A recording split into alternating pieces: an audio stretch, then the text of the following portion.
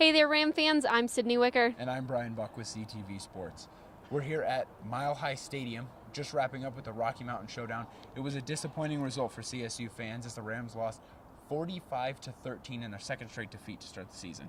Yes, not something that CSU fans expected from today. And at least I would have thought it would have been a little bit of a closer game. That's something that we talked about before this. But the quarterback situation is what I really want to dive into first. I know for KJ Carter-Samuels, he only had 176 yards, which was a lot less than what he threw last week. And we did see Colin Hill come in for a little bit. He was only in for a couple plays, but we did see him come in as a replacement for KJ, which had to be astonishing for him. On the other side of the ball, Steven Montez had 338 yards for CU, which was huge compared to what CSU was throwing. Yeah, and the big difference for those two quarterbacks was the wide receivers and their ability to play in space. Coach Bobo said it in the post-game press conference that their guys weren't able to play in space, get on the perimeter, and use their speed.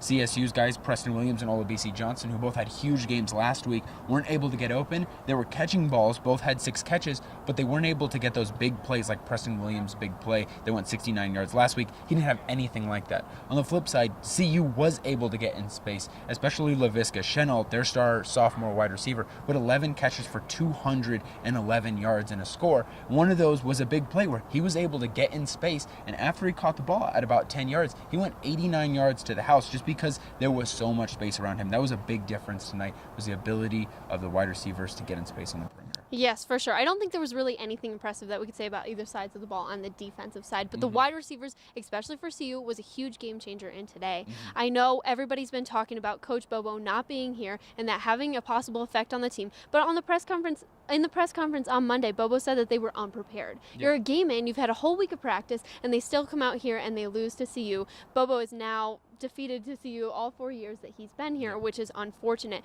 Bobo did say it's time to get to work and that they're really going to be focusing on working this week. So hopefully we can see that for them in their game against Arkansas this upcoming weekend.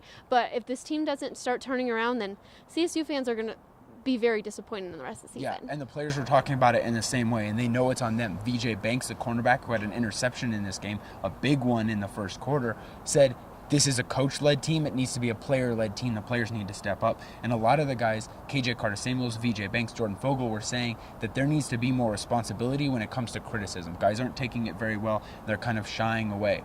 Jordan Fogle said specifically, I'm about to be a mad dude on Monday. And he was talking about how guys need to be able to take the criticism. They need to be able to stand up to it. They need to get better from it. And they need to understand what it means to be successful and go out there and work hard on this team. And we know that this CSU team is talented. Coach Bobo said it himself. He said, I still believe this team can win a lot of football games.